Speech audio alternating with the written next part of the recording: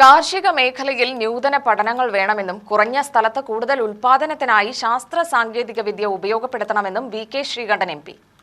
കാർഷിക നിവേശ വ്യാപാരികൾക്കുള്ള കാർഷിക വിജ്ഞാന വ്യാപന ഡിപ്ലോമ കോഴ്സ് പൂർത്തിയാക്കിയവർക്ക് സർട്ടിഫിക്കറ്റ് വിതരണ ചടങ്ങ് ഉദ്ഘാടനം ചെയ്ത് സംസാരിക്കുകയായിരുന്നു എം.പി.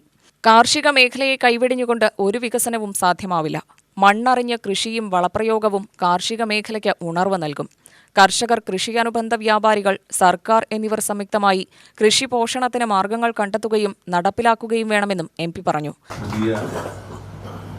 മേഖലയല്ലെങ്കിൽ പോലും നിങ്ങളുടെ മേഖലയിൽ നിങ്ങൾ ആധികാരികമായി ഇതെല്ലാം ചെയ്യാൻ പ്രാപ്തരാകുന്ന ഡിപ്ലോമ സർട്ടിഫിക്കറ്റാണ് കിട്ടിയിരിക്കുന്നത്. നിങ്ങളുടെ ബിസിനസ്സിൻ്റെ ഭാഗമായി നിങ്ങളുടെയൊക്കെ ജീവിതത്തിൻ്റെ ഭാഗമായി ഇന്ന് നിങ്ങളൊരു നാഴികക്കല്ല് പിന്നിടുകയാണ്. ഇങ്ങനെയൊന്നും ഒരിക്കലും വിചാരിച്ചിട്ടില്ല. ഈ സമയത്ത് ഇങ്ങനെ ക്ലാസ്സിന് പോകേണ്ടി വരും, അല്ലേ? ഇങ്ങനെ ക്ലാസ്മേറ്റ്സുകളെ കിട്ടും. കൃഷി വിജ്ഞാന കേന്ദ്രത്തിൽ വർഷത്തിൽ ഇത്രയും ദിവസം പോകേണ്ടി വരും.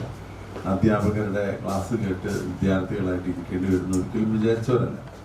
പക്ഷെ എന്തായാലും കാലഘട്ടം മാറുന്നതിനനുസരിച്ച് നമുക്കറിയാം, വളവും അതുപോലെ മറ്റ് കൃഷിയുമായി ബന്ധപ്പെട്ട വ്യാപാരം നടത്തണമെങ്കിൽ ഇതുപോലെ അതുമായിട്ട് അറിവും അതെന്തിനൊക്കെയാണ് എങ്ങനെയൊക്കെയാണെന്നുള്ളതിനെ കുറിച്ചുള്ളൊരു വിജ്ഞാനം ഉണ്ടാകാൻ വേണ്ടിയാണ് കേന്ദ്ര ഗവൺമെൻറ് ഇത്തരത്തിലൊരു കോഴ്സ് ആരംഭിച്ചത്. കാർഷിക സർവകലാശാല, ആത്മ, കൃഷി വിജ്ഞാന കേന്ദ്രം എന്നിവ സംയുക്തമായാണ് കൃഷി അനുബന്ധ വ്യാപാരികൾക്ക് പരിശീലനം നൽകിയത്.